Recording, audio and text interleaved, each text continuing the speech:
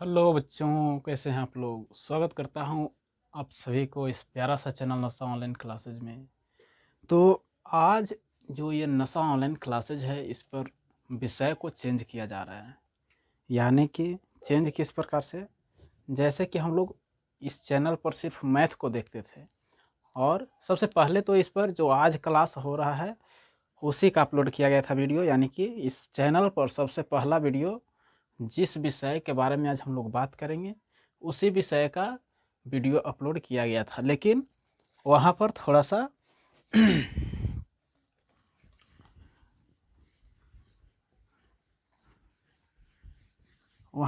सा सही तरीके से समझाया नहीं गया था। यानी कि जो ऑफलाइन क्लास चल रहा था उसी में थोड़ा सा एडिट करके डाल दिया गया था। पहला वीडियो था, इस कारण से जैसे वीडियो बना वैसा ही डाल दिया गया और क्वालिटी उसका अच्छा नहीं था। तो आज हम लोग सही तरीके से जो हिंदी होता है, जिसे हम लोग अपने मातृभाषा के नाम से जानते हैं। हमारा मातृभाषा तो अनेकों है, लेकिन ज़्यादा स्थान पर, ज़्यादा स्तर पर हिंदी को ही बोला जाता है। हिंदी वर्ड का ही प्रयोग करके किसी भी वर्ड को बना सकते हैं। तो आज हम लोग पढ़ने वाले हैं हिंदी, और हिंदी में सबसे पहले हिंदी में व्याकरण जो होता है, व्याकरण के बारे में समझेंगे। और व्याकरण किसे कहते हैं, व्याकरण से क्या चीज़ का उत्पत्ति होता है, व्याकरण से हम लोग क्या क्या कर सकते हैं। तो थोड़ा सा आप लोग वेट कीजिए, अभी तुरंत ही चालू होने वाला है।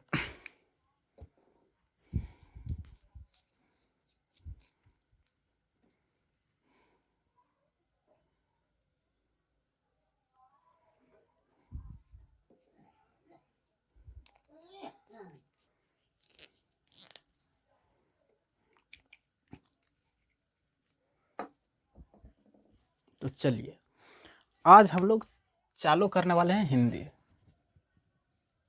हिंदी और हिंदी में व्याकरण। तो व्याकरण सबसे पहले समझना है कि व्याकरण क्या है, व्याकरण किसे कहते हैं, और इसका उपयोग हमारे जीवन लाइफ में कैसे होता है, हमारे पूरे लाइफ में कैसे होता है। तो उसी के बारे में हम लोग आज समझेंगे। जैसे कि यहाँ पर हम लोग अभी देखे हैं कि यहाँ पर व्याकरण लिखा हुआ है। तो व्याकरण का अर्थ यह होता है कि व्याकरण वह शास्त्र है, वह पुस्तक है जिसके सहायता से हम सभी को शुद्ध शुद्ध बोल सकते हैं, शुद्ध शुद्ध लिख सकते हैं, और बहुत सारे काम को शुद्ध शुद्ध कर सकते हैं। इसे ही हम लोग व्याकरण कहेंगे।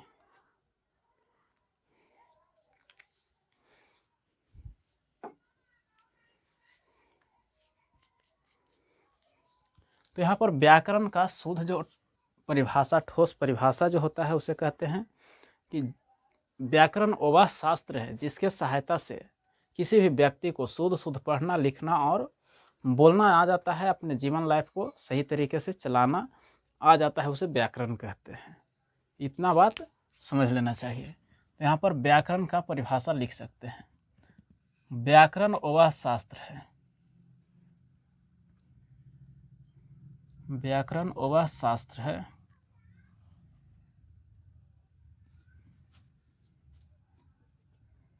जिसके सहायता से या जिससे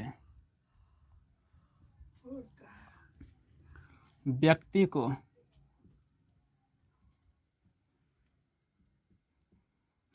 को शुद्ध शुद्ध बोलना, शुद्ध शुद्ध बोलना,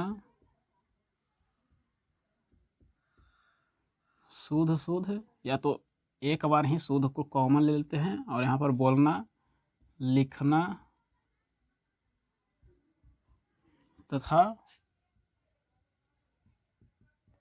पढ़ना आ जाए, पढ़ना आ जाता है या सीखा जाता है, सीख सकते हैं।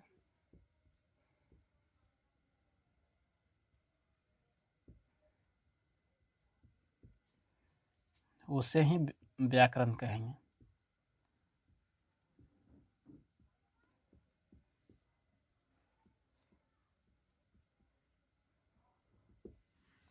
अब इसके बाद व्याकरण में आता है कि सबसे पहले तो शुद्ध शुद्ध बोलना, शुद्ध शुद्ध लिखना, और उसके बाद शुद्ध शुद्ध पढ़ना आता है। तो आखिर हम लोग किसी भी चीज़ को, किसी भी वर्ड को, किसी भी जो होता है उसे लिख सकते हैं, और लिखने के बाद उसे पढ़ेंगे, और पढ़ेंगे तो या तो अपने मन में पढ़ सकते हैं और नहीं तो फिर बोल कर पढ़ सकते हैं। यानी कि किसी भी वर्ड को हम यहाँ पर लिखते हैं, पहले लिखने का काम करते हैं, उसके बाद पढ़ने का काम करते हैं, और पढ़ते हैं बोलकर। तो यहाँ पर 3 वर्ड आया है और तीनों एक ही अर्थ निकलता है इससे कि किस प्रकार से लिख सकते हैं। आखिर लिखने के लिए कोई लैंग्वेज होगा, कोई भाषा होगा, कोई तरीका होगा कि ऐसे ही कुछ भी लिख सकते हैं। तो यहाँ पर एक वर्ड आता है, एक शब्द आता है जिसको कहते हैं भाषा। आखिर भाषा क्या है? भाषा किस प्रकार से हमारे लाइफ में, जीवन में काम करता है? तो भाषा एक ऐसा माध्यम है, भाषा एक ऐसा माध्यम है जिसके सहायता से हम किसी भी व्यक्ति के सामने अपने भावनाओं को प्रकट करते हैं, उसे ही भाषा कहते हैं। जैसे किसी भी व्यक्ति को भूख महसूस होता है, किसी को दर्द महसूस होता है, तो वह किसी न किसी भाषा में बोलकर दूसरे व्यक्ति को बताता है और अपने समस्या को प्रकट करता है। तो इसे ही हम लोग भाषा कहेंगे। जैसे कुछ भी हम लोग बोल रहे हैं अभी हिंदी भाषा में, तो इसे हम लोग भाषा कहेंगे। तो यहाँ पर कह सकते हैं कि भाषा एक ऐसा माध्यम है, या तो साधन भी कह सकते हैं।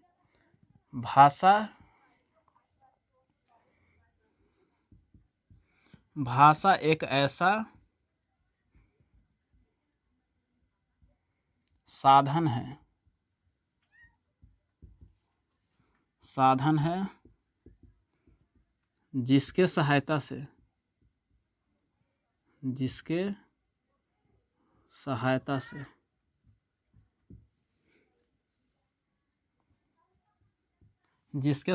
से व्यक्ति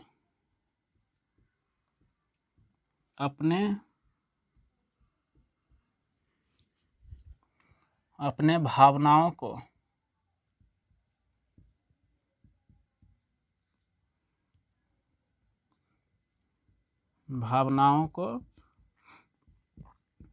प्रकट करता है।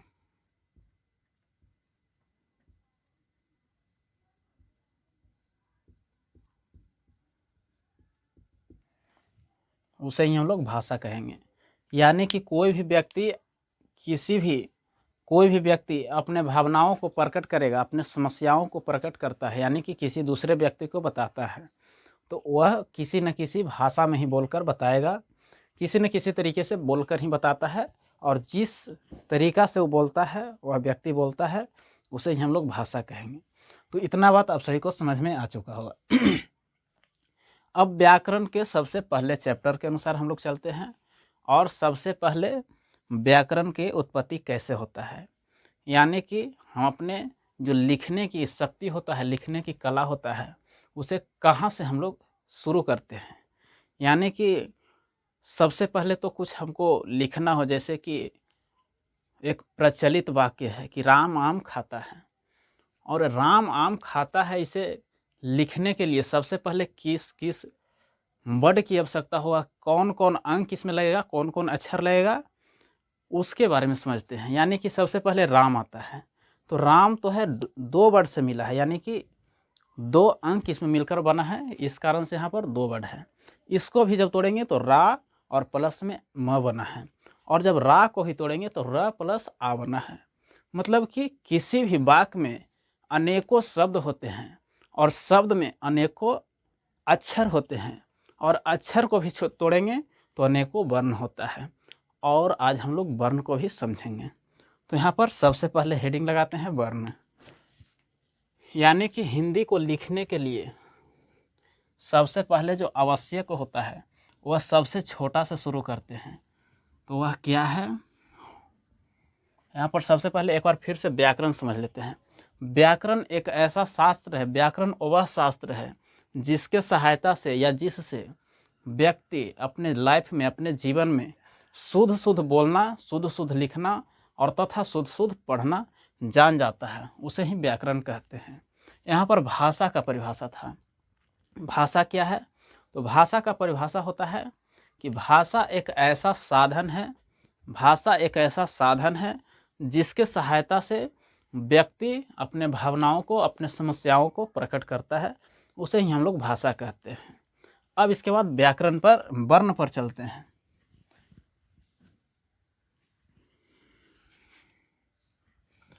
हिंदी में वर्ण,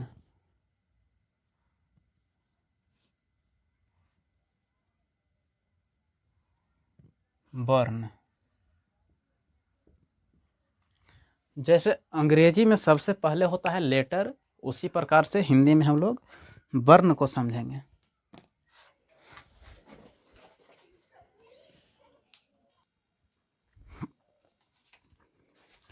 तो यहाँ पर हम लोग हिंदी में वर्ण समझने वाले हैं। वर्ण क्या है?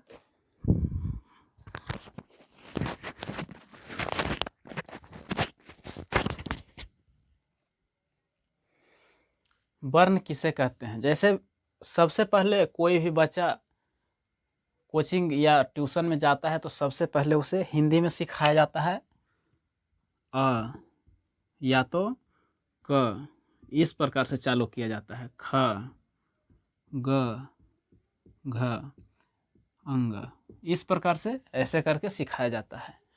यानी कि जो सबसे शुरू में हम लोग सीखते हैं, सबसे पहले सीखते हैं हिंदी में, उसे ही हम लोग कहते हैं वर्ण। जो सबसे छोटा होता है उसे वर्ण कहेंगे। जैसे अ है, इसको और छोटा नहीं किया जा सकता है। जैसे क है, इसमें से एक और निकाला जा सकता है, जैसे कि क में अ की मात्रा, अ की आकार छोटा रहता है, तो इसमें से हम लोग अ निकाल सकते हैं। लेकिन ऐसे माने तो यहाँ पर क में से किसी भी वर्ड को नहीं निकाला जा सकता है। इस कारण से हम लोग कहेंगे कि क है जो वर्ण है, अकेले रहता है तो उसे हम लोग वर्ण कहते हैं। तो यहाँ पर सबसे सिंपल भाषा में हम लोग समझ सकते हैं कि वैसा शब्द, वैसा अंक, वैसा अक्षर जो अकेले हो, उसे हम लोग वर्ण कहेंगे। तो यहाँ पर वर्ण के परिभाषा लिखते हैं। तो वर्ण एक ध्वनि है जिसे हम लोग बोलने में प्रयोग करते हैं। तो वर्ण, वर्ण उन मूल ध्वनियों को कहते हैं, उन मूल ध्वनियों को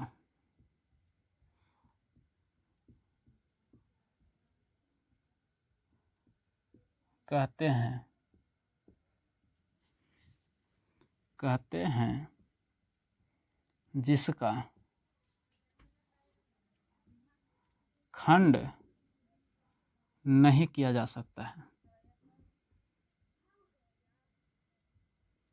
नहीं किया जा सकता है।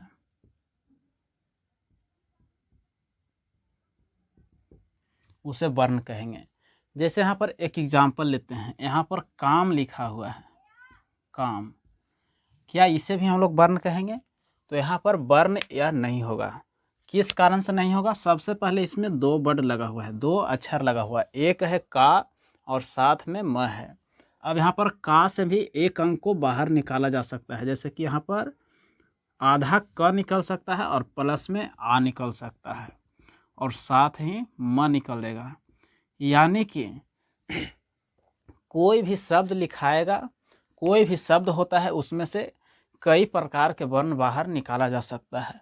जैसे कि यहाँ पर हम लोग देख रहे हैं कि 2 अंक का यहाँ पर शब्द बनाए हैं जो कि है काम, और काम में से हम लोग 3 वर्ड को अलग कर चुके हैं, 3 अक्षर बाहर कर दिए हैं।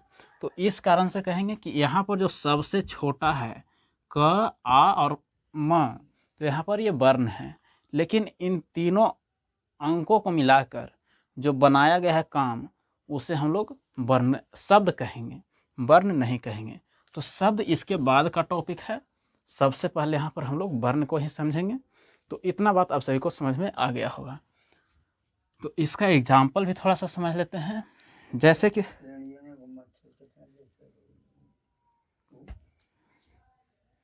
सबसे छोटा, जो सबसे छोटा या कि अकेले हो, तो यहाँ पर एग्जाम्पल में लिखेंगे। जैसे एग्जाम्पल में अ, आ, क ख य र, यानी कि जो हमें सीखने के लिए बचपन में मिलता है, जो सबसे पहले कहा जाता था कखारा, जो क से लेकर ज्ञ तक होता है, उसे हम लोग वर्ण के अंतर्गत रखते हैं। और एक होता है अ से लेके अ तक, इसको आकारांत या तो कुछ कहते हैं ऐसे कह के, अ से लेकर अ तक, अ आ इ, इसका उपयोग करके हम लोग किसी भी वर्ड को आगे की ओर बढ़ाने का काम करते हैं। तो इस प्रकार से यहाँ पर ये जो है वर्ण के अंतर्गत आता है। अब वर्ण में भी इन सभी को तोड़ तोड़ कर एक एक करके समझने का प्रयास करते हैं। जैसे कि वर्ण जो होता है वह कितने प्रकार के होता है, क्या सभी एक ही प्रकार के वर्ण होते हैं? ऐसा नहीं होता है। तो यहाँ पर वर्ण, सबसे पहले वर्ण को दो वर्गों में बांटा जाता है, और वह है स्वर वर्ण और व्यंजन वर्ण। स्वर वर्ण और व्यंजन वर्ण। अब यहाँ पर स्वर वर्ण क्या है, व्यंजन वर्ण क्या है?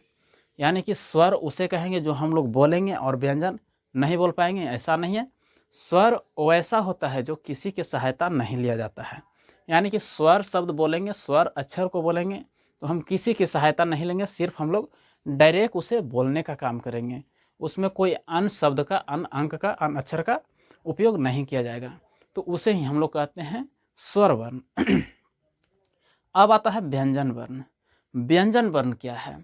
तो व्यंजन वर्ण उसे कहते हैं जिसको बोलने में, व्यंजन वर्ण उसे कहते हैं जिसको बोलने में स्वर वर्ण की सहायता लिया जाता है, तो उसे हम लोग व्यंजन वर्ण कहेंगे।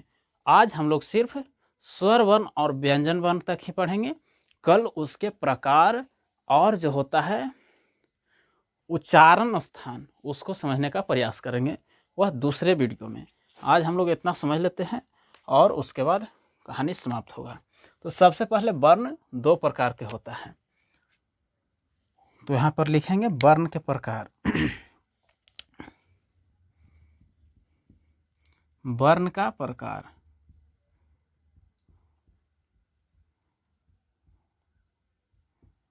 वर्ण कितने प्रकार के होते हैं? तो वर्ण दो प्रकार के होते हैं। वर्ण दो प्रकार के होते हैं।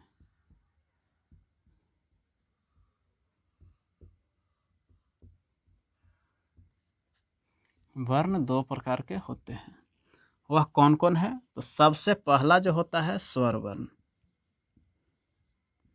सबसे पहला स्वर वर्ण। उसके बाद दूसरा होता है व्यंजन वर्ण।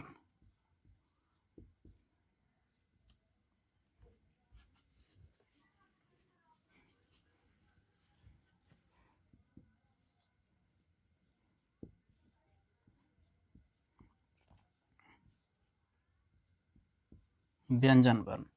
तो यहाँ पर वर्ण दो प्रकार के हुआ, स्वर वर्ण और व्यंजन वर्ण।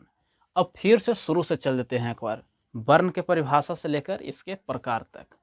वर्ण किसे कहते हैं? वर्ण उन मूलध्वनियों को कहते हैं जिसका खंड नहीं किया जा सकता, इसे हम लोग तोड़ नहीं सकते हैं, सिर्फ अकेले रहेगा, उसे वर्ण कहेंगे।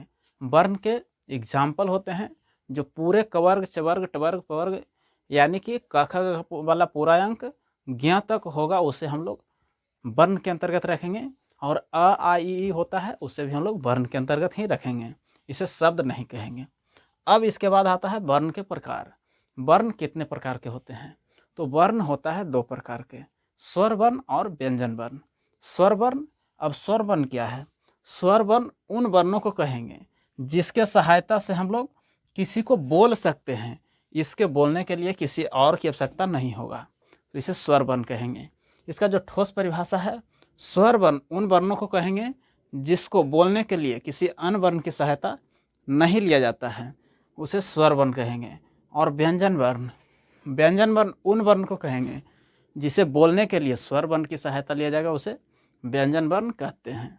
अब इसे परिभाषा के रूप में लिख लेते हैं और इसके बाद कहानी खत्म हो जाएगा।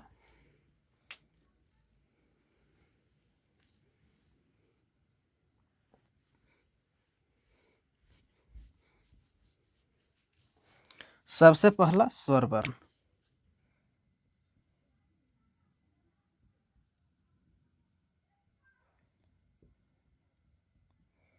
स्वर वर्ण, स्वर वर्ण उन वर्णों को कहते हैं, उन वर्णों को कहते हैं जिसके सहायता से या जिससे बोलने में किसी अन्य वर्ण की सहायता नहीं लिया जाता है, कहते हैं जिसे बोलने में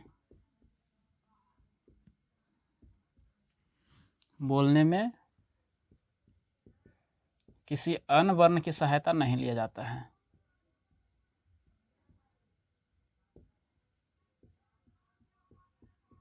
अन्य वर्ण की सहायता नहीं लिया जाता है।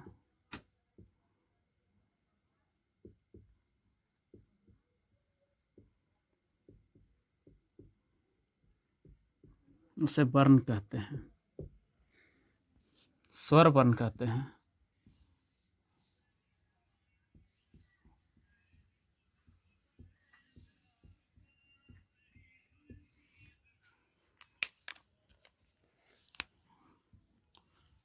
इसे स्वर वर्ण कहेंगे। स्वर वर्ण, स्वर वर्ण उन वर्णों को कहते हैं जिसे बोलने में किसी अन्य वर्ण की सहायता नहीं लिया जाता है। या तो इसका एक और परिभाषा लिख सकते हैं, क्या? जैसे कि स्वर वर्ण उन वर्णों को कहेंगे जिसके सहायता से हम दूसरे वर्ण को बोल सकते हैं, यानी कि स्वर वर्ण के ही सहायता से आगे जो होगा व्यंजन वर्ण को बोल सकते हैं, और स्वर वर्ण को सहायता नहीं लेंगे तो व्यंजन वर्ण उसका उत्पत्ति होने में थोड़ा सा दिक्कत आ सकता है। इस कारण से कहेंगे कि स्वर वर्ण उन वर्णों को कहते हैं जिसके सहायता से हम किसी अन्य वर्ण को बोल सकते हैं। तो अब होता है व्यंजन वर्ण, दूसरा व्यंजन वर्ण।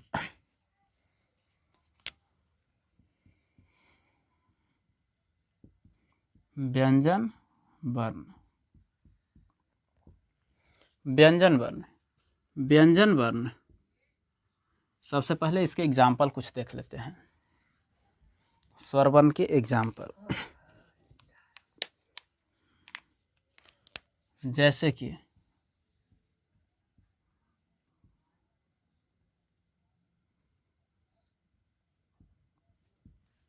अ, आ, ई, ऐसे ऐसे करके पूरा अ तक जो होता है उसे हम लोग अह नहीं होता है, यहाँ पर अह नहीं होता है। अनुस्वार भी नहीं होता है, यहाँ पर अ तक होता है,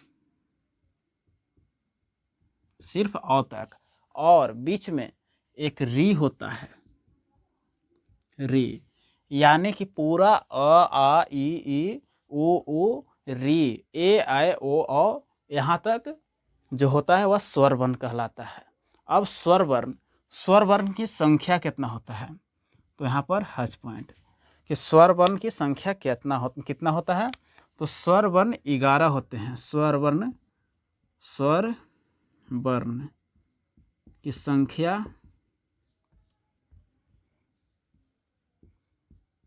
स्वर वर्ण की संख्या 11 होते हैं। इसी प्रकार से अब आगे चलते हैं व्यंजन वर्ण में। व्यंजन वर्ण क्या है, तो नंबर 2 व्यंजन वर्ण। व्यंजन वर्ण, व्यंजन वर्ण की परिभाषा होता है कि व्यंजन वर्ण उन वर्णों को कहते हैं, उन वर्णों को कहते हैं जिसको बोलने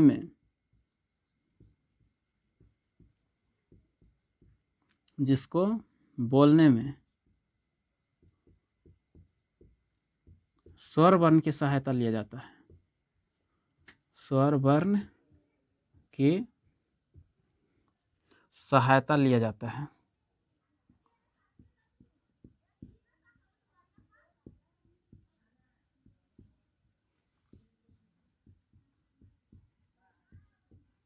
उसे व्यंजन वर्ण कहेंगे।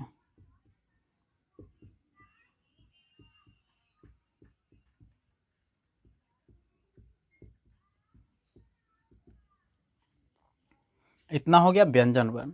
अब इसका एग्जाम्पल थोड़ा सा देख लेते हैं कि यह कौन कौन है जो व्यंजन वर्ण होगा। जैसे कि या उदाहरण कह सकते हैं। जैसे पूरा जो कवर्ग होता है, चवर्ग होता है, टवर्ग होता है, पवर्ग होता है यानी कि कह सकते हैं कि क में जितना 5 अक्षर होता है वह सभी, च में च छ ज झ यहाँ होता है वह सब होगा, व्यंजन वर्ण के अंतर्गत आएगा।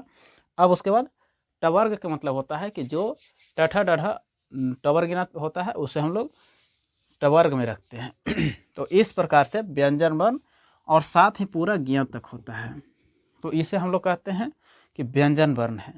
तो इस प्रकार से एक बार शुरू से देख लेते हैं कि आज हमने क्या पढ़ा है। तो सबसे पहले हिंदी में व्याकरण पढ़े थे कि व्याकरण क्या है। व्याकरण एक ऐसा शास्त्र है, व्याकरण वह शास्त्र है जिसके सहायता से हमें शुद्ध शुद्ध बोलना, शुद्ध शुद्ध लिखना और साथ ही शुद्ध शुद्ध पढ़ना भी आ जाता है, तो उसे व्याकरण कहेंगे। अब आता है व्याकरण के बाद भाषा। भाषा क्या है? तो भाषा एक ऐसा साधन है, भाषा एक ऐसा साधन है जिसके सहायता से व्यक्ति अपने भावनाओं को प्रकट करता है। व्यक्ति जो होता है, भाषा एक ऐसा साधन है जिसके सहायता से व्यक्ति अपने भावनाओं को प्रकट करता है, अपने समस्याओं को प्रकट करता है, उसे हम लोग भाषा कहेंगे। अब आता है वर्ण। वर्ण क्या था? तो वर्ण उन मूलध्वनियों को कहते हैं जिसका खंड हम लोग नहीं कर सकते हैं, उसे वर्ण कहते हैं वर्ण भी आता है, आगे वर्ण को भी विच्छेद करेंगे, उसे भी वर्ण के अंतर्गत ही सब रहता है, इस कारण से उसे वर्ण कहेंगे। अब आता है कि वर्ण का एग्जाम्पल क्या है।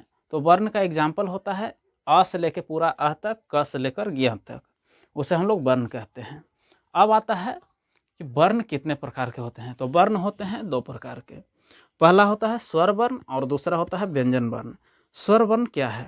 स्वर वर्ण उन वर्णों को कहते हैं जिसका सहायता किसी अन्य वर्ण को, या तो जिसे बोलने में किसी अन्य वर्ण की सहायता नहीं लिया जाता है, उसे हम लोग स्वर वर्ण कहते हैं। स्वर वर्ण का एग्जाम्पल होता है अ, आ, ई, बीच में एगो री आता है और अ तक जाता है। इस प्रकार से स्वर वर्ण की जो संख्या होता है 11 होता है। अब आता है व्यंजन वर्ण। व्यंजन वर्ण किसे कहते हैं? तो व्यंजन वर्ण उन वर्णों को कहते हैं जिसको बोलने में स्वर वर्ण की सहायता लिया जाता है, तो उसे क्या कहेंगे? व्यंजन वर्ण। व्यंजन वर्ण और व्यंजन वर्ण का जो एग्जाम्पल होता है वह क्या है? तो पूरा कवर्ग, पूरा चवर्ग, पूरा क से लेकर ज्ञ तक जो होगा उसे हम लोग व्यंजन वर्ण में रखते हैं। और इस प्रकार से हमारा जो वर्ण था आधा खत्म हो गया है और इसके बाद आधा बचा हुआ है। तो उसमें पढ़ेंगे व्यंजन वर्ण की परिभाषा और साथ ही इसका प्रकार को पढ़ेंगे, कितने प्रकार के स्वर वर्ण होते हैं, कितने प्रकार के व्यंजन वर्ण होते हैं, और उसके बाद वर्णमाला को पढ़ेंगे, वर्णमाला किसे कहते हैं। और वर्णमाला के बाद हम लोग पढ़ेंगे अनुस्वार विसर्ग, बहुत सारे पढ़ने के लिए हम सभी को मिलेगा।